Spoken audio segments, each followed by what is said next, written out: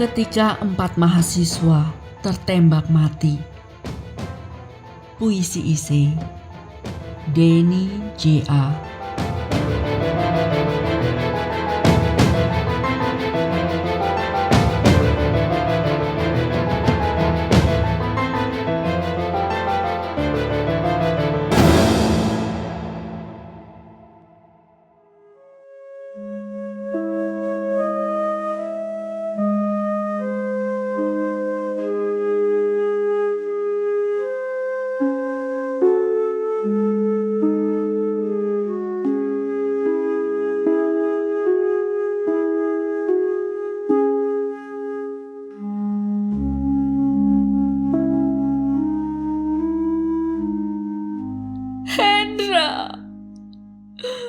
Hendra,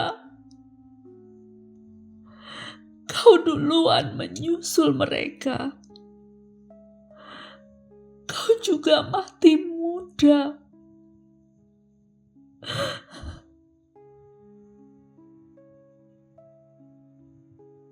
Eshal, gadis usia 40-an, menangis. Tapi ditahannya. Dari belakang, aku melihat badan Eshal terguncang-guncang.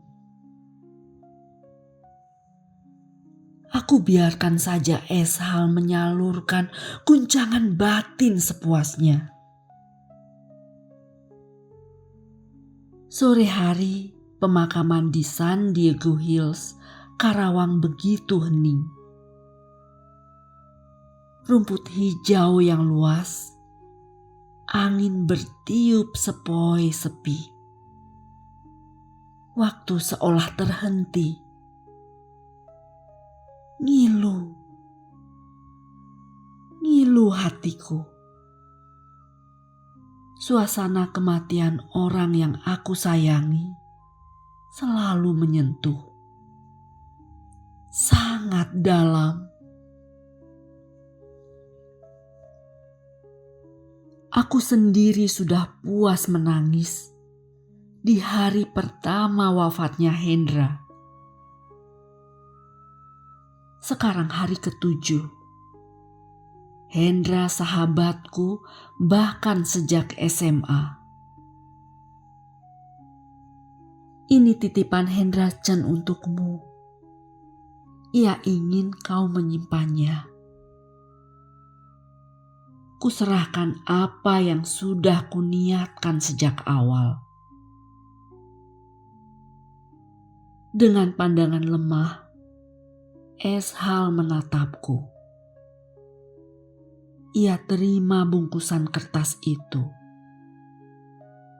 Menduga-duga apa isinya. Apa ini, Rani? Tanya Eshal. Ku jawab singkat. Aku tak tahu. Aku tak berani membukanya. Ku terima langsung dari istrinya.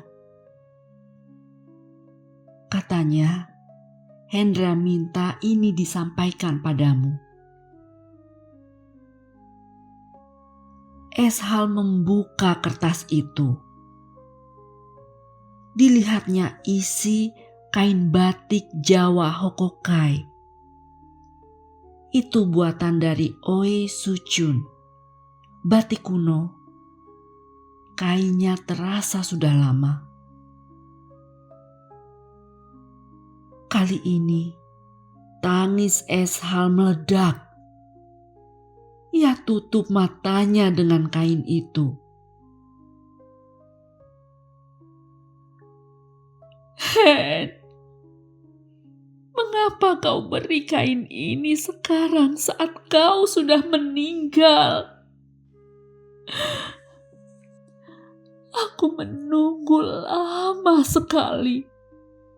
Sejak 24 tahun lalu.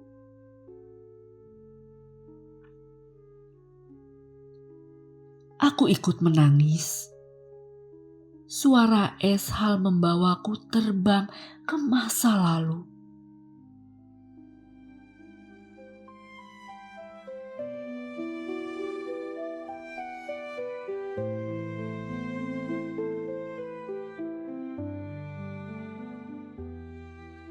24 tahun lalu, Hendra sempat berjanji kepada Eshal di depanku. Eshal, ini kain batik sangat kuno. Aku sengaja membelinya. Susah mencarinya. Aku dapat dari kolektor. Nanti ini untuk mahar kawin ya, ketika aku melamarmu. Hendra menunjukkan arti motif batik itu. Ada bunga seruni, bunga merak, dan kupu-kupu. Eshal berbunga-bunga hatinya.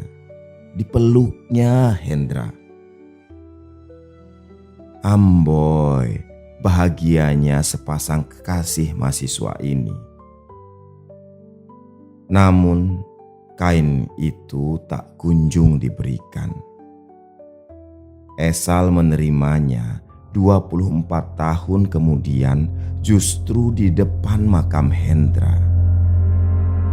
Oh, aku bertambah ngilu.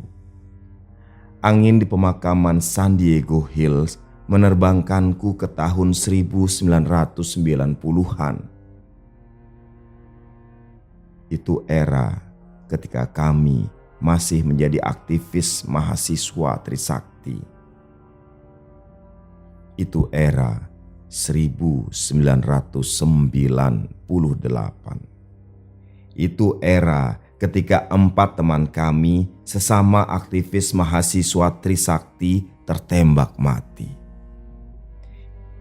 Itu era ketika lahirnya era reformasi.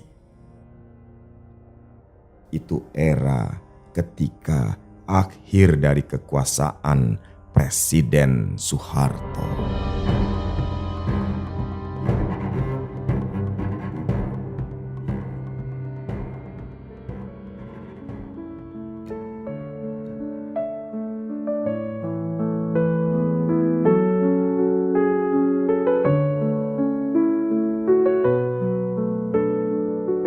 Seminggu lalu, Hendra Chen wafat sakit. Usianya masih muda, 42 tahun. Ketika Hendra wafat, istrinya bertanya padaku, "Kamu kenal Eshal nggak, Rani?" Sebelum wafat, Hen menitipkan sesuatu.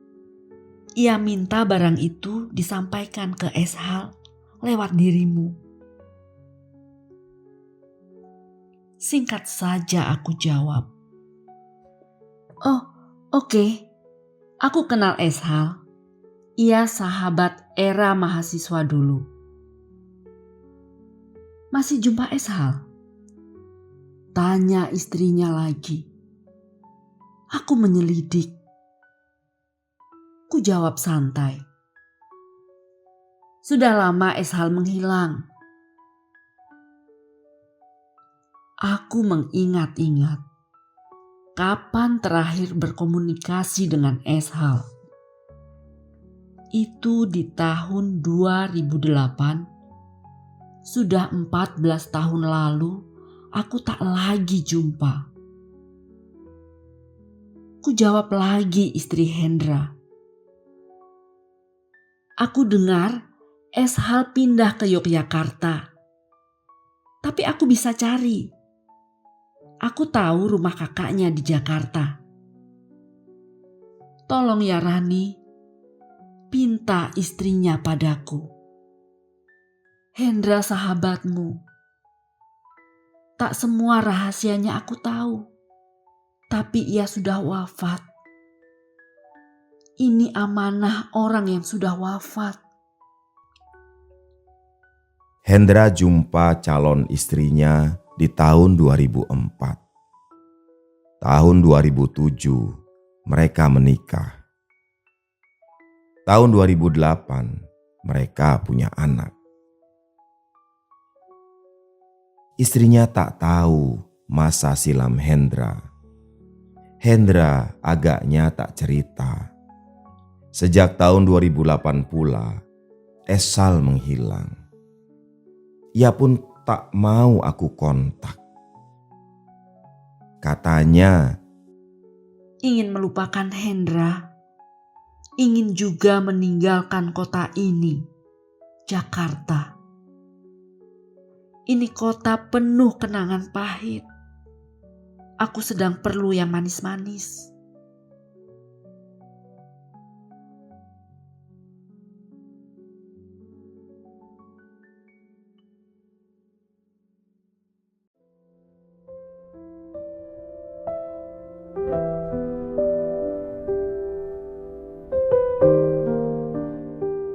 setelah pesan dari istri Hendra, 2 hari aku ke Yogyakarta mencari Esal dengan petunjuk alamat dari kakaknya. Call dari handphoneku tak diangkat Esal. Chat dariku tak ia balas pula. Setelah bersusah payah, akhirnya ketemu juga rumah Esal. Ia hidup sendiri, tak menikah. Di dinding tembok ruang tamu ada figura puisi Khalil Gibran. Jika cinta memanggilmu, datanglah.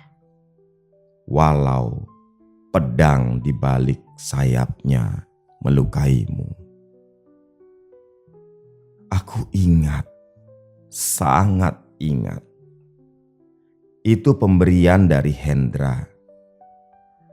Oh, Eshal, kau belum benar-benar pergi dari Hendra, kataku dalam hati. Aku pun terkenang masa lalu. 12 Mei 1998 yang berdarah.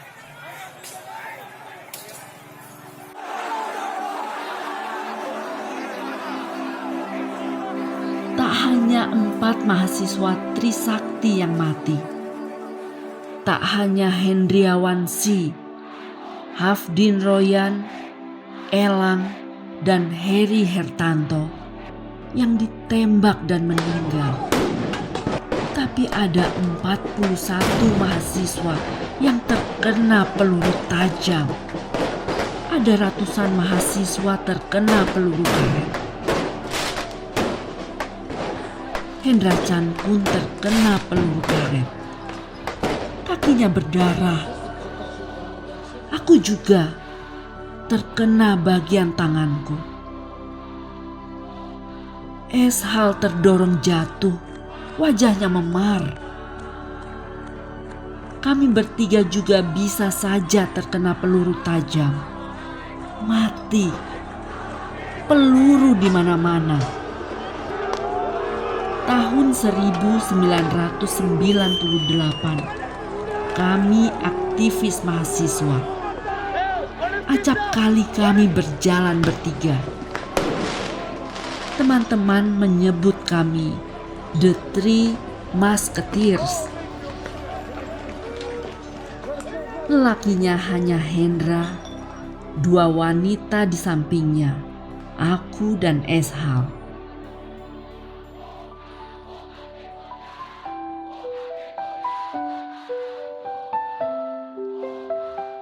Eshal sangat menyukai Hendra.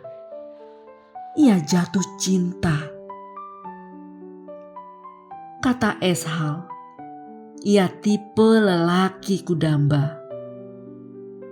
Memang Hendra itu beragama Katolik, juga keturunan Tionghoa. Sementara ayah Eshal seorang Muslim yang keras. Juga ia agak rasialis terhadap etnik Tionghoa. Tapi bagi Esal, agama dan etnis bukan masalah. Yang masalah, Hendra sudah punya kekasih. Mereka sudah bersama sejak SMA. Kekasihnya bukan dari kalangan aktivis Bahkan kekasihnya alergi dengan aksi politik mahasiswa. Sejak tertembak matinya 4 mahasiswa Trisakti, hati Hendra berbalik. Kekasih masa SMA ia tinggalkan. Kata Hendra, kekasihnya itu tak lulus diuji oleh penderitaan.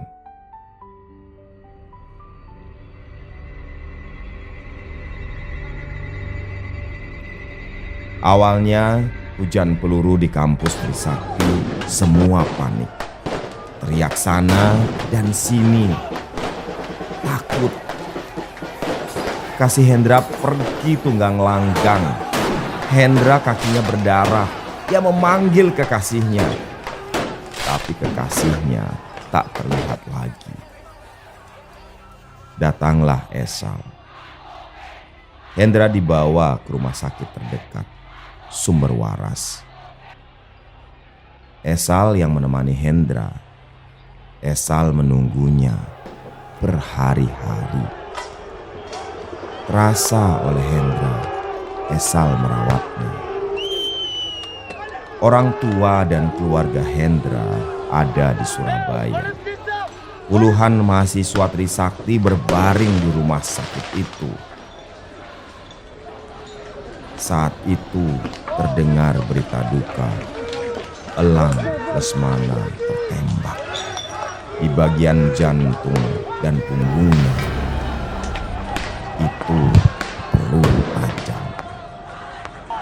Padahal di televisi pemerintah menyatakan tak menggunakan peluru tajam, hanya peluru karet.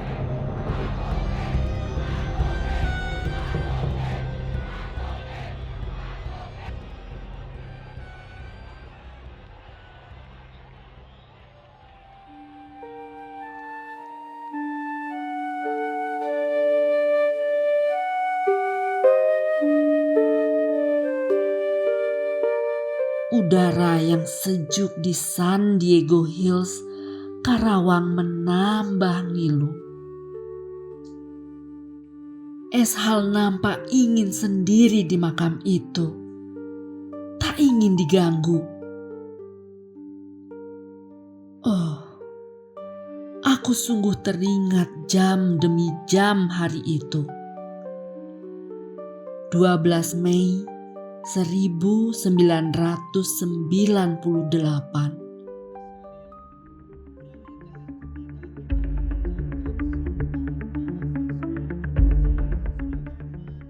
Di kampus, rektor berdebat dengan kami. Mengapa kalian mau demo besar? Mau reformasi? Lalu mereka rapat guru besar.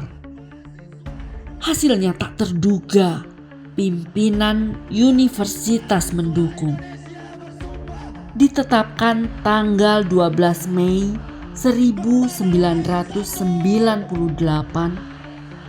seluruh sivitas akademika Trisakti turun ke mimbar bebas. Mahasiswa, dosen, hingga rektor satu suara. Kur bersama. Hidup reformasi! Hidup reformasi! Pohon, ruang kelas, dan langit di kampus kami ikut bergolak. Hari itu, Trisakti menjadi kampus perjuangan.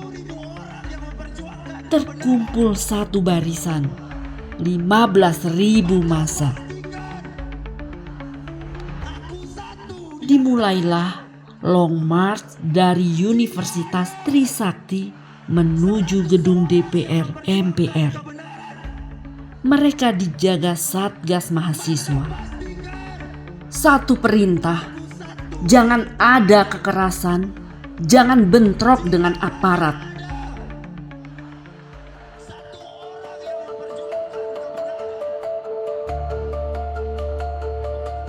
Sebenarnya Universitas Trisakti terlambat.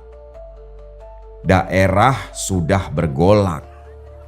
jauh hari sebelum 12 Mei 1998, bahkan kampus di Jakarta dan sekitar sudah lebih dahulu berkobar. Isu itu menguat. Soeharto harus turun jabatan.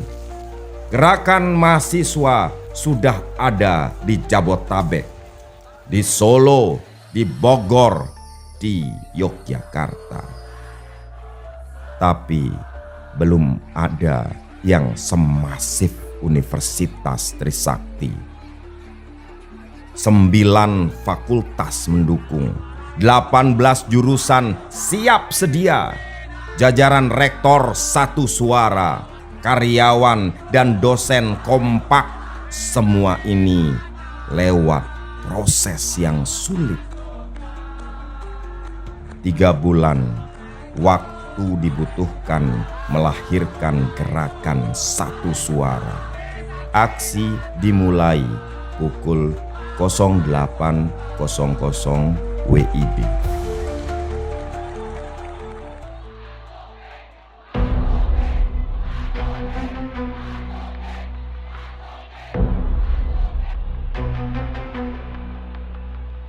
Tak diduga, banyak jurnalis asing meliput. Wahai, siapakah mengundang mereka? Bocorkah rencana kami? Ada CNN, CNBC, NHK, AFP. Pukul 10.00, mahasiswa turun ke jalan. Dari kampus ke DPR, pimpinan DPR sepakat menyambut kita di sana. Tapi, masa hanya boleh menempuh jarak 300 meter dari gerbang kampus? Mereka dicegat barikade polisi. Negosiasi dilakukan. Ini long march didukung rektor. Mohon kami diizinkan ke DPR. Pak polisi hanya menjawab, kami hanya menjalankan perintah. Tak boleh lewat batas ini. tak lama kemudian polisi meminta mahasiswa balik ke kampus. Pukul 17 hingga 21 insiden pecah. Dari pihak sana datang pasukan bermotor. Mereka sengaja menabrak-nabrak mahasiswa. Sepertinya suasana ingin dibuat keos. Banyak mahasiswa teriak, Pak, kami manusia. Kok seenaknya menabrak kami? Mulailah terdengar bunyi tembakan. Ada aparat yang bersiaga di flyover. Ada juga siaga di rooftop Ciputra Mall. Tembakan terus berbunyi.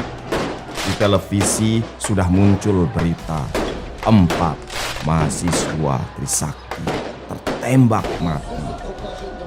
Hendra, Esal, dan aku berhari-hari di rumah sakit Sumber Waras. Kami lihat sendiri mayat Hendrawan Sie, Hafidin Royan, Elang, dan Heri Hertanto. Hendra Chen terguncang batinnya. Ia tak menyangka gerakan mahasiswa berujung pada kematian. Elang, sahabat dekatnya, sambil berjalan pincang, Hendra menangis memegang tubuh Elang. Esal selalu di samping Hendra. 12 Mei 1998, 4 mahasiswa Trisakti tertembak. 13 hingga 14 Mei, huru-hara di Jakarta. 14 hingga 20 Mei, gerakan mengerucut secara nasional.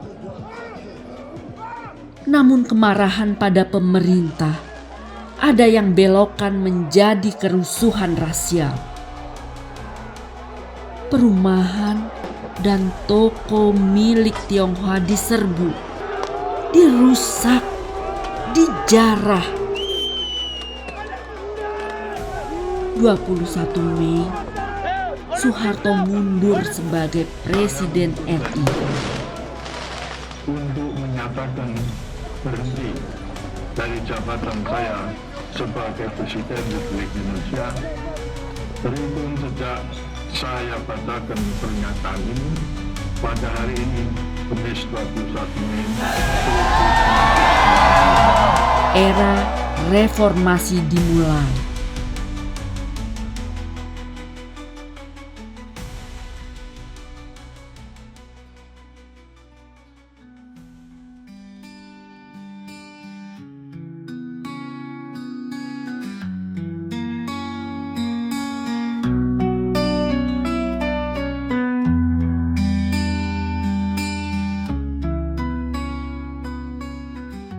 Kehidupan kampus mulai normal. Hendra putus dengan kekasihnya. Eshal semakin dekat dengan Hendra. Kepada orang tuanya, Eshal sering izin menginap di rumahku. Alasannya belajar bersama membuat tugas. Alasannya persiapan mid-test. Alasannya persiapan ujian semester. Yang terjadi, Eshal sebentar saja mampir ke rumahku.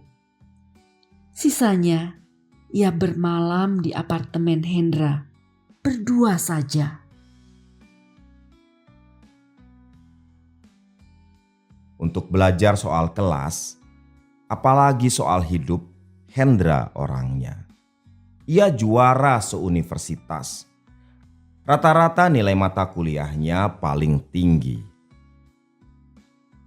Eshal suka orang yang sangat pintar. Aku menjadi saksi.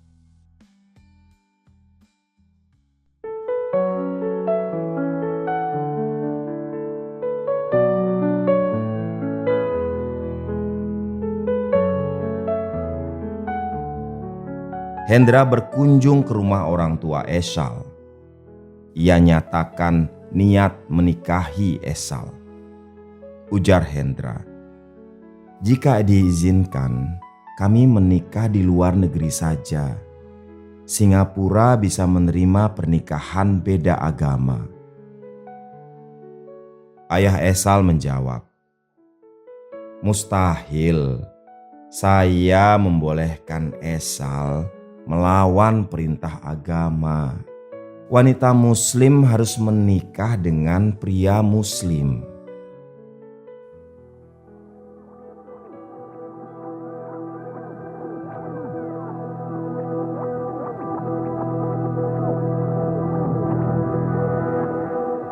Tiga bulan berikutnya, Hendra kembali datang. Hendra merelakan pindah agama. Ia minta izin orang tua Eshal menikah di masjid. Ayah bertanya, "Bagaimana dengan anggota keluarga Hendra yang lain? Bisakah mereka juga pindah agama?" Pertemuan kembali gagal. Kepada Eshal, ayah berpesan, agama di atas cinta. Ketika Hendra pulang, Eshal protes keras pada ayahnya. Hendra sudah sedia pindah agama. Ayah keterlaluan. Minta keluarganya juga pindah agama. Ayah menjawab, "Walau seluruh keluarganya pindah agama, mereka tetap etnis Tionghoa." Eshal teriak, "Aku menyesal lahir dari ayah yang rasis." Jika saja aku bisa memilih orang tua, alangkah senang hidupku.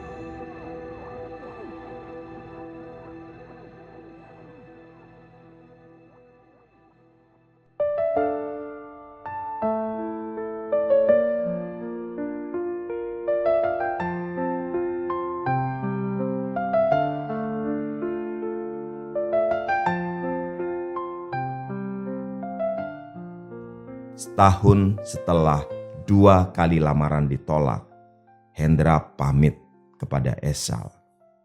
Ia akan lanjutkan sekolah ke USA. Esal menangis. Jangan menyerah sayangku. Bagaimana jika kita kawin lari? Tak usah peduli orang tuaku Kata Esal. bawa aku ke luar negeri. Kau sekolah, aku bekerja di sana. Hendra memeluk Esal sambil menangis. Aku mencintaimu, kau merawatku, tapi aku salah jika memisahkanmu dari orang tuamu. Esal memeluk Hendra.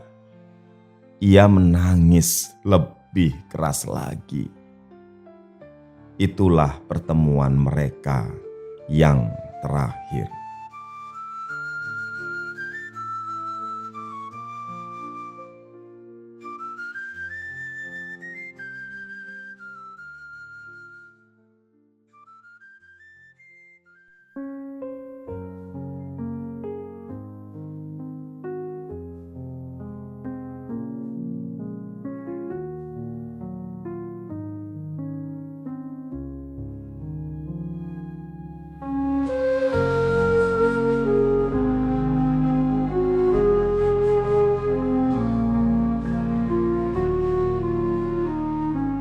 Selesai ziarah di makam San Diego Hills, aku dan Eshal ke makam Tanah Kusir. Kami kunjungi kembali makam teman kami, 4 mahasiswa Trisakti yang tertembak mati. Eshal sangat dekat dengan Elang Mulia Lesmana, tapi kurang dekat dengan 3 lainnya. Kembali Eshal menangis. Elang, Hendra juga menyusulmu. Lama Eshal menangis. Gejolak batin puluhan tahun itu mengalir keluar. Derita yang ia sembunyikan lama berdesakan, berderai ke udara. Kain dari Hendra, Eshal urai, dan ia selempangkan mengitari leher. Dirabanya kain itu perlahan, seolah ia mencari jejak tangan Hendra di kain itu. Kembali menetes air mataku. Semakin aku tahu, walau Eshal ingin melupakan masa lalu, Hendra selalu hadir di hatinya. Selalu.